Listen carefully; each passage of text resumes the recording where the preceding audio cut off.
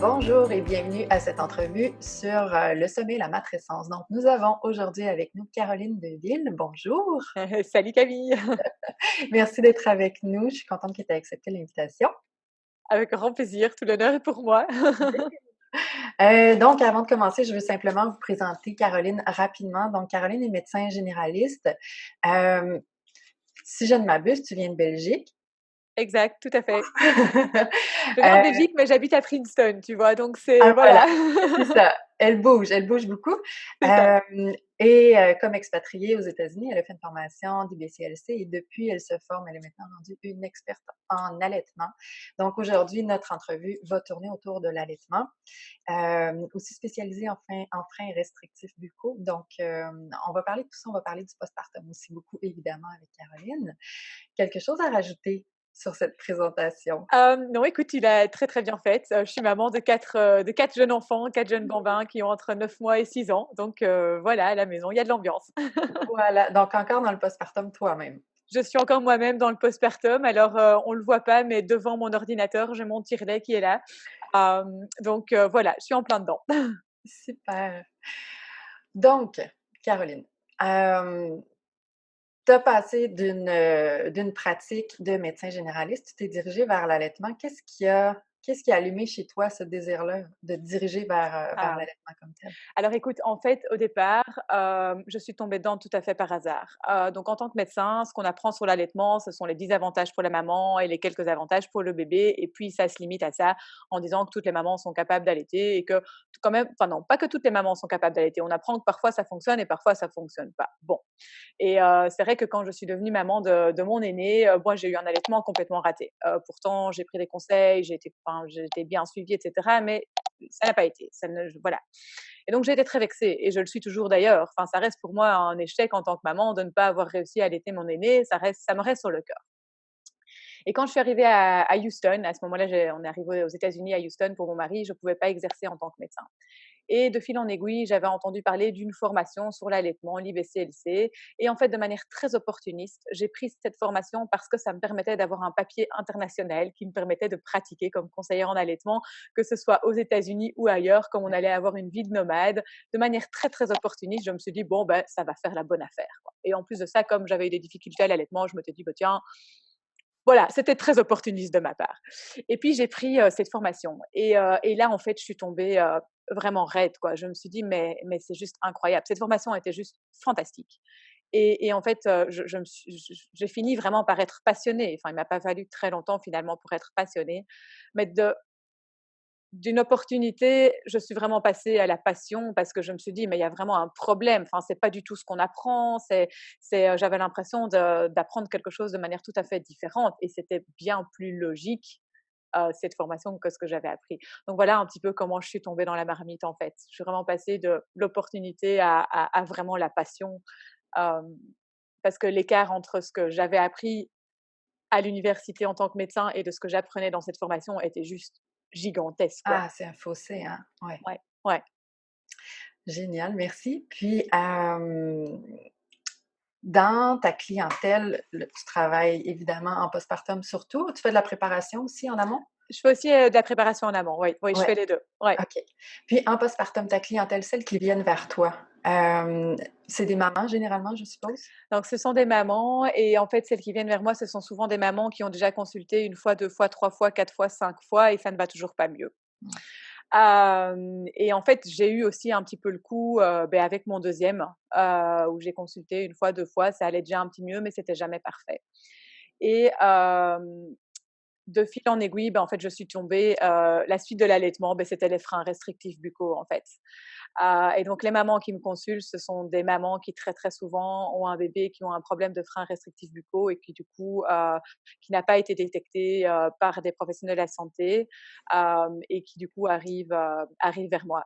Je t'arrête. Pour nos auditeurs, qu'est-ce que c'est que des freins restrictifs buccaux? Alors tout à fait. Écoute, tu fais bien de poser la question parce que, j'ai une très mauvaise nouvelle pour vous tous. Vous avez tous un frein de langue. Vous avez tous un Oh frénélum. non! OK? Donc le frénélum, c'est un reste embryologique et on a tous un frein de langue. Alors moi, je rajoute le terme frein restrictif. Restrictif. Voilà, c'est ça et donc en fait, c'est un frein, un frénélum qui est trop courts, trop serrés, trop en avant et qui empêchent du coup la mobilité de la langue. Donc un frein restrictif buccaux, c'est un frein qui empêche la fonction de la langue. Donc on va pas en fait regarder le frein en lui-même, on va en fait évaluer la fonction de la langue. Et donc heureusement, nous n'avons pas tous un frein restrictif buccal. Parce que qu'est-ce que ça entraîne comme problématique?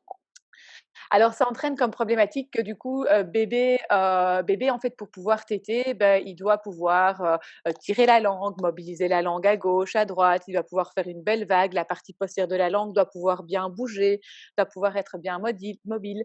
Eh bien, si on a vraiment cette petite membrane qui tient la langue, au penché buccal, voilà, hein, voilà, on a tous un frein. Voilà mon frénélum, OK. Mais si ce frénélum, ce frein est trop court, trop serré, ma langue ne va pas pouvoir bouger et donc bébé va avoir des difficultés à téter. Il va s'endormir au sein, il va, pas pouvoir tirer le lait, de manière optimale, donc il va moins bien grossir ou bien il va pincer le mamelon de la maman. Enfin voilà, il va y avoir toute une série de symptômes possibles, à cause de, entre autres, ce frein restrictif buccal et de toutes les tensions que ce frein va pouvoir, amener en fait. Et ça, est-ce que c'est évalué? Alors, c'est très mal évalué malheureusement, donc oui, on sait l'évaluer, hein, donc maintenant on a plein d'outils, alors c'est encore un sujet qui est en pleine recherche et pour lequel, il faut toujours se tenir à jour parce que les études alors il y a déjà énormément d'études scientifiques, mais elles continuent à sortir tout le temps, tout le temps, tout le temps, donc il faut se mettre à jour non-stop. Donc oui, on a des outils, reconnus, pour pouvoir les évaluer, mais malheureusement c'est une problématique encore très mal connue et donc ce n'est pas quelque chose qu'on enseigne en école de sage-femme ou bien à l'université ou en école d'ostéopathie ou de chiropratie ou de, enfin voilà, c'est quelque chose qui n'est pas encore connu, reconnu à sa juste valeur. Et donc malheureusement, alors même au niveau des médecins, hein, c'est la catastrophe. Il y a encore beaucoup de sceptiques aussi, alors qu'on a plein d'études scientifiques. Mmh. Hein. Donc voilà, donc oui, on peut l'évaluer, on les évalue très, très bien maintenant, mais faut-il savoir le faire, en fait, correctement? Et j'imagine que ça doit amener beaucoup de détresse aux mamans qui font tout ce qu'elles doivent faire pour leur allaitement, qui ont consulté, qui ont lu les livres, qui ont déjà peut-être même Exact. allaité avant. Exactement, c'est vraiment, une grande, grande cause. On parle beaucoup, tu parles beaucoup, hein, de dépression postpartum, d'anxiété, du postpartum et cetera et donc évidemment cette problématique, entraîne énormément, oui, de dépression, de fatigue parce que quand vous avez un bébé qui n'arrive pas à téter ou bien qui vous fait mal quand il tète ou bien qui ne prend pas de poids, un bébé qui n'arrive pas à dormir parce qu'en fait il a faim. C'est Mmh. c'est des bébés qui ont faim ou bien c'est des bébés, en fait, qui sont tellement tendus à cause de la restriction parce que la langue, c'est un ensemble de muscles qui est en fait le début des chaînes postérieures et antérieures musculaires et donc s'il y a déjà des tensions dans la langue, dans la bouche et bien ces tensions vont être transmises dans le reste du corps et donc ces bébés qui pleurent tout le temps, ce sont des bébés qui ont mal, qui ont faim. Eh bien, donc autant vous dire qu'en tant que maman, quand on est dans tout ce cadre, là, on est fatigué, on est épuisé, on a l'impression d'être nul parce qu'on n'arrive pas à allaiter son bébé et donc oui, les freins restrictifs buccaux sont vraiment la cause de, je pense, d'un grand nombre de dépressions postpartum, et beaucoup d'anxiété, du postpartum. Est-ce que ça pourrait expliquer aussi peut-être certains babys, des bébés aux besoins intenses? Alors exactement, moi je déteste ce nom de baby, bébé aux besoins intenses. Tu t'imagines, tu nais, tu un bébé et bam, tu as l'étiquette, bébé aux besoins intenses. Mais ces bébés dits aux besoins Ouais. intenses, en fait, ce sont des bébés qui ont faim, qui ont mal, qui ont un système vagal en fait déréglé parce que de par les tensions, causées par le système, par le frein restrictif, eh bien, c'est des bébés qui n'arrivent pas à s'apaiser et donc ils ont tout leur système parasympathique qui est déréglé, qui n'arrive pas à maturer en fait correctement. Et donc, c'est une prise en charge qui va être longue et très difficile. Enfin, il va vraiment falloir une prise en charge multidisciplinaire pour ces bébés parce que c'est pas tout d'enlever le frein de langue restrictif, mais ça veut dire qu'il va falloir d'une certaine manière réenregistrer tout le système vagal. Il va falloir lui réapprendre les choses, correctes en fait. Mmh. Hem, donc oui, ces bébés aux besoins intenses. Alors syndrome de Kiss, peut-être que ça te parle aussi? Peut-être, oui. Je pense que voilà, il y a beaucoup, beaucoup de confusion au niveau du syndrome de Kiss où en fait, voilà, on en a, parce que oui, ces tensions au niveau de la langue vont entraîner des tensions au niveau cervical et donc ces tensions au niveau cervical, en fait, vont entraîner un dérèglement, du système nerveux, du sommeil et donc bam, les bébés sont dits, bébé aux besoins intenses ou bébé Kiss et on ne va pas chercher la cause, en fait.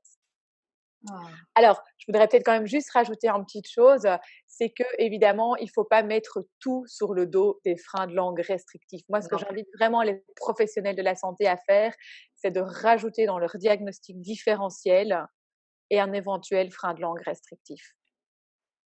Donc Super, voilà, pour ne pas non plus tout mettre sur le dos, des freins restrictifs. Oui, c'est il y sûr. en a beaucoup, beaucoup, beaucoup, beaucoup, mais voilà, pour moi, ça reste un diagnostic différentiel. Il faut mettre toutes les pièces du puzzle ensemble, en fait. Ça m'intrigue avec, quel professionnel tu travailles le plus? J'imagine qu'il y a des collaborations qui s'installent, Oui, exactement. Alors avec beaucoup en fait, les freins de langue restrictifs, l'allaitement, c'est beaucoup, beaucoup de professionnels et donc de nouveau, c'est pour ça que c'est compliqué et que c'est très difficile du coup de respecter un postpartum pour la maman parce que du coup, on l'envoie à gauche, à droite et cetera et donc c'est très, parfois étouffant pour ces mamans qui doivent consulter plusieurs professionnels de la santé et je vais t'expliquer tout de suite pourquoi. Parce que la langue en fait, c'est un ensemble de muscles et donc, quand le muscle a été immobilisé pendant un certain temps, mais il va falloir le rééduquer, il va falloir le remuscler. Donc, pour ça, on va faire appel aux orthophonistes, aux logopèdes. Euh, Quand la langue a été bloquée, tendue pendant longtemps, parce que le frein, il est présent dès le premier trimestre de grossesse, en fait. Donc, les tensions, elles sont là déjà dans le ventre de la maman pour le bébé. Donc, on va faire appel à des chiropracteurs, des ostéopathes pour travailler les tensions, pour travailler les fascias.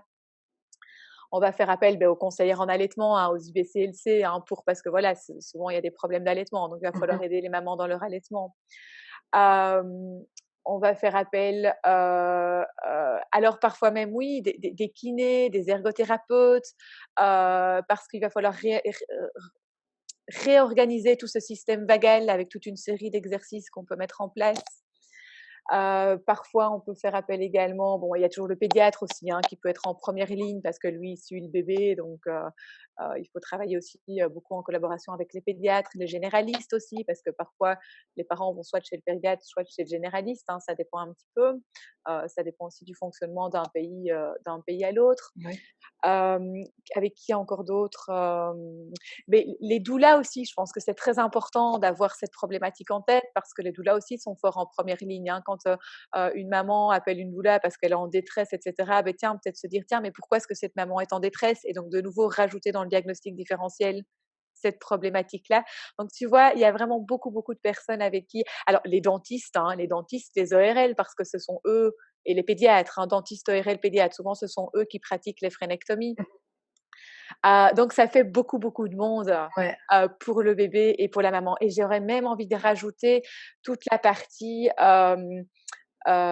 psychique, psychologique, hem, hem, les kinésiologues, celles qui font de la parole au bébé. Il y a tout aussi ce côté où ce sont des bébés qui ont beaucoup, beaucoup de choses à dire. Mmh. Donc comme dans toute pathologie, ben, il y a le côté anatomique, physiologique, mais il y a aussi tout le côté psychique qui est très, très présent chez les mamans, mais chez les bébés aussi. Donc ça fait beaucoup de monde, en fait. Oui, parce qu'il suffit pas de couper le frein pour que tout se règle, Je c'est un je accompagnement. Exactement. Heu, je préfère des parents et un bébé, hein, on va prendre toute la diade ensemble, qui vont plutôt être prises en charge, de manière multidisciplinaire, sans couper le frein, que quelqu'un qui va couper le frein sans rien faire tout Mmh. autour, en fait. Ouais, vraiment. Ouais, donc voilà.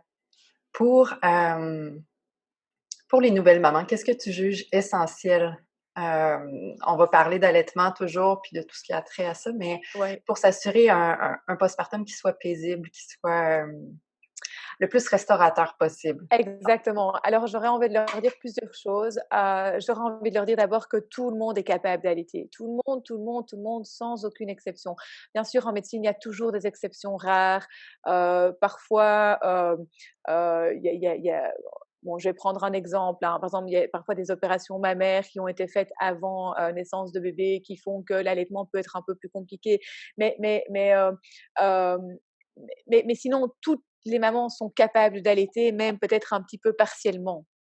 Même Voilà. toutes celles qui produisent pas de lait?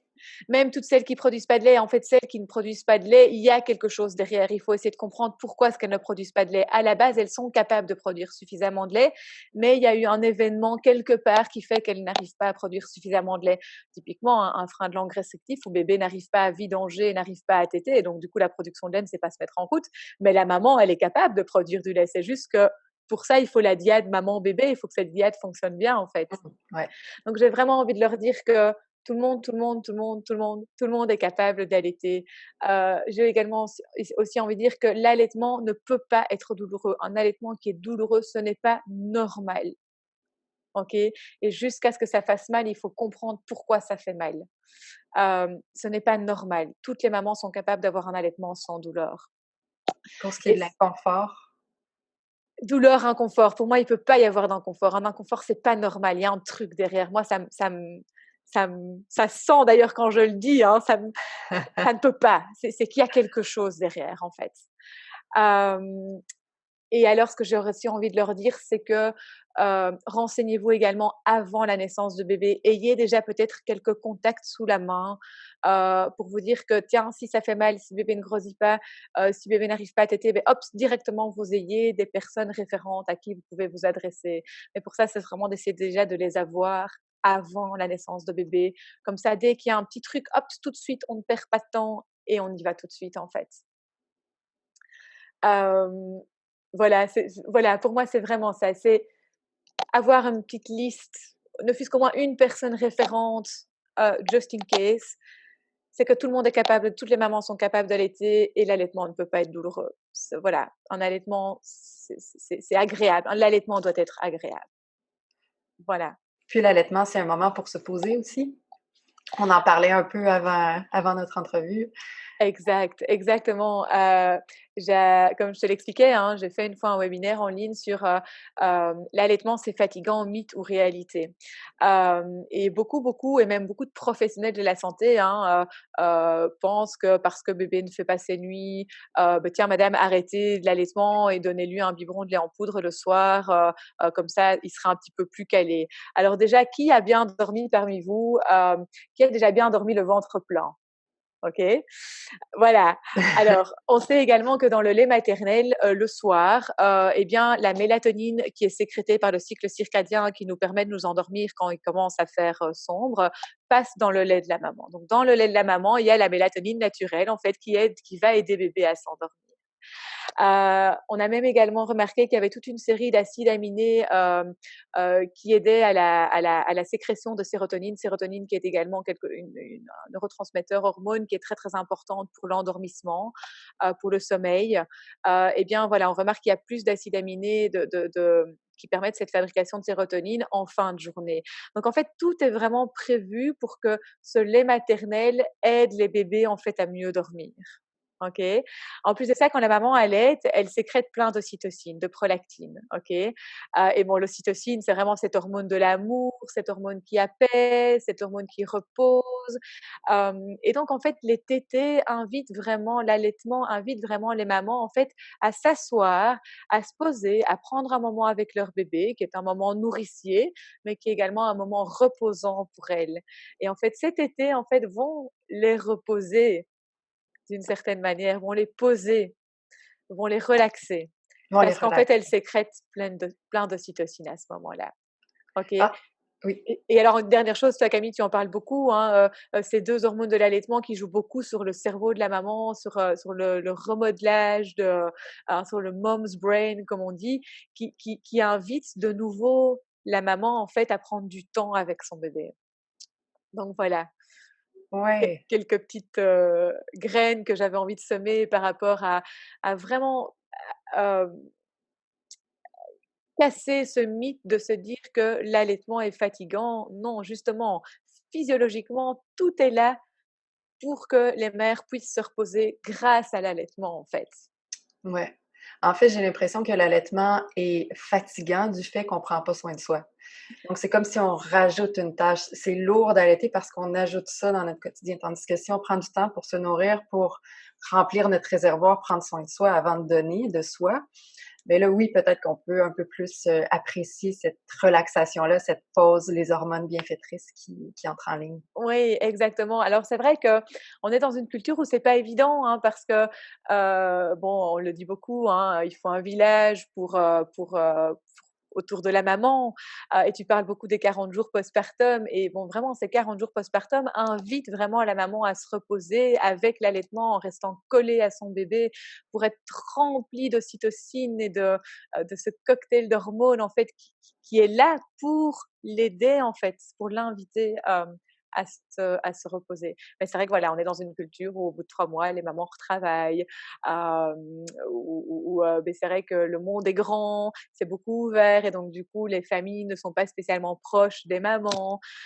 Donc il y a toute une réorganisation à faire autour de ça pour vraiment cocooner ces mamans et vraiment les inviter à se reposer, à profiter de l'allaitement, pour récupérer et se reposer. Ouais. Il y a le choc des générations aussi.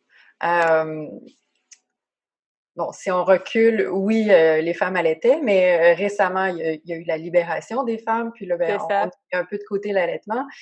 Puis là, quand on dit qu'on allaite: «Ah, il est toujours au sein, ah, il va être dépendant, ah, tu fais rien d'autre, donne-lui un biberon, il va mieux dormir» et cetera. On en a parlé, mais c'est Exactement. difficile pour les femmes, puis surtout avec l'isolement qu'elles connaissent souvent, de se faire d'avoir ce retour-là qui leur dit que c'est pas bon pour le bébé, c'est pas bon pour elle, que c'est épuisant. Ça rentre dans Exactement. leur tête. Et malheureusement, en fait, c'est la hiérarchie, hein. Quand vous avez le médecin généraliste ou le pédiatre qui dit ça, ben, en fait, c'est lui qui va avoir raison sur la sage-femme ou sur l'IBCLC ou sur la doula. C'est malheureux, mais c'est comme ça. Donc voilà. Et alors, je voudrais aussi rebondir sur ce que tu disais, il va rester collé à toi plus tard, il va jamais savoir couper le cordon. Eh ben, maintenant, les études scientifiques prouvent tout l'inverse. Un bébé qui a été beaucoup, beaucoup porté, tous les premiers mois de sa première année de vie, c'est un bébé qui par la suite va un enfant, parce qu'on parlera plutôt d'un Mmh. petit enfant, qui par la suite en fait va avoir beaucoup plus confiance en lui, va avoir beaucoup plus facilement aller, à la découverte du monde extérieur. Donc maintenant, c'est bon, c'est prouvé, il faut fermer le débat, il y a plus de débat à avoir pour moi. C'est alors bon, c'est clair que les études scientifiques, on peut toujours les remettre en compte et cetera. Mais Ouais. donc voilà, maintenant il faut vraiment revenir à l'essentiel, et de oui, on a vraiment des études sur lesquelles on peut se reposer et qui maintenant nous disent: «Mais non, justement, restez collés à votre bébé, portez beaucoup votre bébé». Hem, j'ai presque envie de dire, dormez avec votre bébé pour vraiment il va sentir cette sécurité affective et toute cette sécurité affective, cette proximité, en fait, pour plus tard, et bien, va lui être, très, très bénéfique. Heu, je vous jure que si toutes les mamans allaitaient de cette manière, je pense que le monde actuel serait vraiment différent. Parce Oh. qu'on aurait des adultes, avec beaucoup plus de confiance en eux, beaucoup plus sûrs d'eux, le monde serait réellement différent. Hem, donc voilà, oui. Ah, ça mène à une autre question. Est-ce que tu as vu depuis que tu pratiques en périnatalité le domaine changer? Alors moi, je trouve que oui. Alors je ne sais pas du tout si c'est parce que moi, je me suis abonnée du coup à tous des comptes un petit peu comme moi, avec des femmes qui ont envie de faire changer les choses, des femmes et des hommes aussi, hein. Il y a aussi des hommes qui veulent faire changer les choses, hein. Donc moi, je trouve qu'il y a quand même beaucoup de changements. Je trouve qu'en tout cas autour de moi, les choses changent beaucoup, beaucoup. Donc modestement, très modestement, j'ai vraiment envie de dire que le taux d'allaitement autour de moi, il a changé, dans mes copines, dans ma famille, hem, dans les personnes qui me suivent. Je voilà, modestement, j'ai envie de dire que oui, les choses changent et sont en train heu, de s'éparpiller, donc je trouve que c'est très, très bien. Et Voilà. pour la pratique des consultantes en lactation, est-ce que tu as vu quelque chose de changer au cours des dernières années? Alors, je il manque je oui, sûrement, je pense qu'elles ont un rôle oui, donc très clairement, elles ont un rôle à prendre. Mmh. Elles ont très clairement un rôle à prendre. E elles ont pas la tâche facile parce que comme elles ne sont ni médecins, ni pédiatres, ni sages-femmes et cetera, ben, du coup, on a l'impression qu'elles sont nulles et que donc elles ont vraiment pas une tâche facile et pourtant là, il y a vraiment un rôle qu'il faut leur laisser et un rôle qu'elles devraient vraiment pouvoir prendre. Alors là, voilà, là, je trouve que les changements sont encore très lents et qu'il y a encore des choses à faire. Mais petit à petit, je trouve que, voilà, je trouve que par exemple que dans mon domaine, dans les freins restrictifs buccaux, là, il y a beaucoup de choses qui changent. Ça Heu, bouge. Ça bouge beaucoup, je trouve. Mais bon, voilà. Mais il y a encore du boulot. Ça, c'est sûr Oui, qu'il y a du boulot. oui, oui, c'est sûr, partout. Oui. Au niveau des problématiques que vous rencontrez, actuellement, là, je parle, au niveau de l'allaitement puis du postpartum, qu'est-ce qui est le plus difficile pour vous dans l'accompagnement des femmes, des familles? Hem,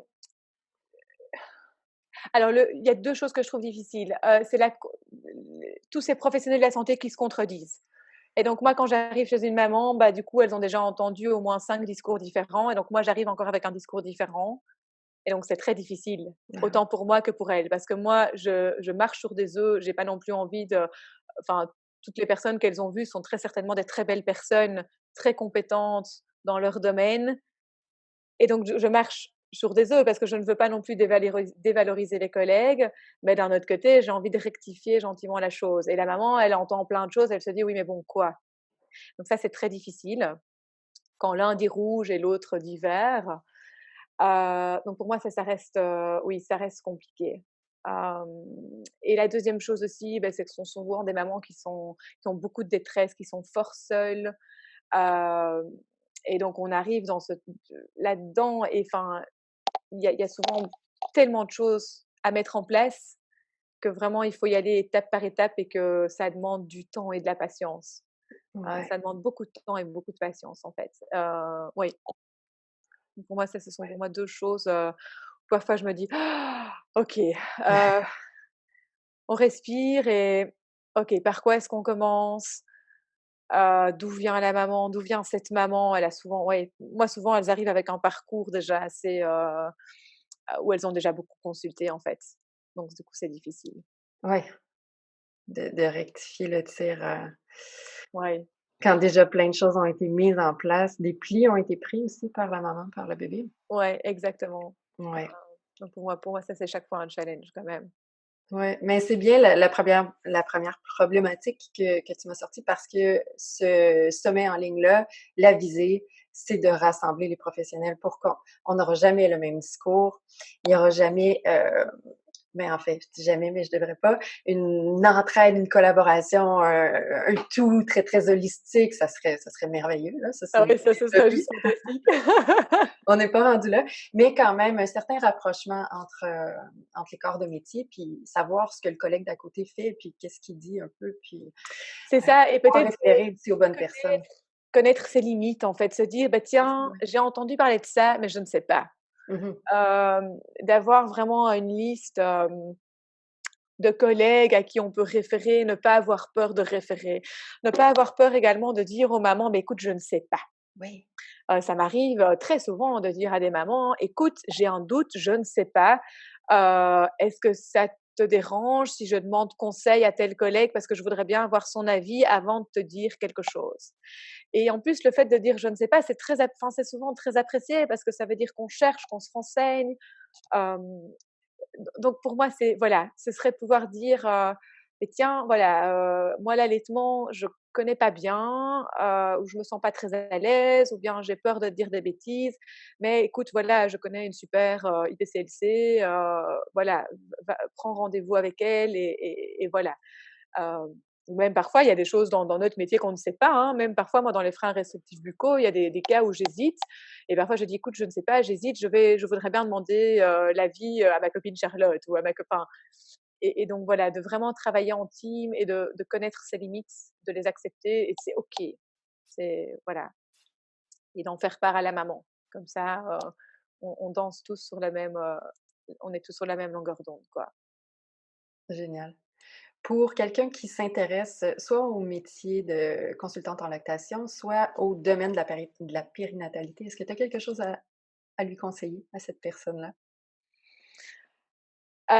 Pour moi, ce serait de bien comprendre la physiologie, de lire, de lire, de lire, et d'avant de parler de pathologie, de reprendre les choses à leur base et de comprendre la physiologie qu'il y a derrière l'allaitement. Au moins, ne fût-ce que juste ça. Vraiment la physiologie du postpartum, c'est quoi un postpartum? C'est tout ce cocktail d'hormones, de comment tout ça fonctionne en fait. Et je trouve que déjà rien qu'avec ça, on peut aller très, très loin. Le C'est vraiment de revenir à la physiologie. En fait, quand on fait des études de médecin, sage-femme, heu on parle en fait, on fait plein de pathologies et on en oublie finalement la physiologie et moi, j'aurais vraiment envie de revenir à la physiologie et ça, je pense que pour ça, vous les doulas, vous l'avez bien compris en fait. C'est vrai, vous êtes oui, formés à la physiologie que nous, en fait, finalement, on l'est plus. Enfin, on l'est, mais après ça, il y a tellement de pathologies qui arrivent par au-dessus que la physiologie, on l'oublie, quoi. Et donc pour moi, ce serait vraiment de porter une grande, grande attention à la physiologie, de la naissance, de l'allaitement, du postpartum, de vraiment revenir à la physiologie. revenir à l'essentiel, j'aime ça. Oui. Puis c'est une belle finale aussi pour notre entrevue. Est-ce qu'il y avait quelque chose que tu voulais rajouter? Écoute, je pense que Les gros les sujets gros ont été messages que je voulais faire passer, je pense que là, tu me les as posés comme questions et j'espère qu'ils sont bien passés. Et oui, donc vraiment revenir à la physiologie, à l'ocytocine, pour moi, voilà, c'est vraiment revenir à la base de la base, quoi. Je pense que c'est vraiment le plus important. super, merci beaucoup. Caroline, on peut te retrouver sur ton site web qui est au sein en douceur.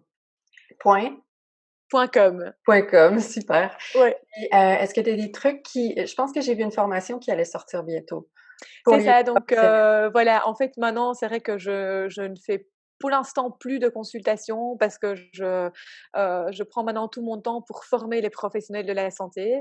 Donc j'ai une formation en ligne sur l'allaitement qui va bientôt sortir. Allez, j'espère, j'avais dit mi-janvier, maintenant je dis plutôt, mi-février. On connaît ça. Oui, voilà, hein, tu connais ça. Donc voilà, on va dire dans les 3 prochains mois, j'ai ma formation en ligne sur l'allaitement qui va sortir, qui va être certifiée, par les CERPS pour les IBCLC. En Belgique, elle va être également, j'espère, en tout cas, toutes les demandes sont en cours en Belgique et en Suisse pour les certifications. Et alors, j'ai toujours ma formation sur les freins restrictifs buccaux, je l'ai appelé, hein, les freins restrictifs buccaux au-delà de l'allaitement maternel. Où là, en fait, je serai en France, au mois d'avril, je serai en Belgique et en Suisse, au mois de juin et alors je vais venir à Montréal, attends que je ne me trompe pas dans les dates parce que c'est tout nouveau, c'est le 2 et le 3 novembre. 2 et 3 Cette novembre année-ci, voilà, je 2020. serai à Montréal. Elle n'est pas encore mise sur mon site internet. Voilà, les inscriptions vont sortir dans les prochaines semaines. Et voilà, tout passe par mon site internet au sein en douceur.com. Ah génial! Ben, on va aller te surveiller qu'est-ce qui se passe là-dessus. Voilà. Oh. Merci à toi, Camille.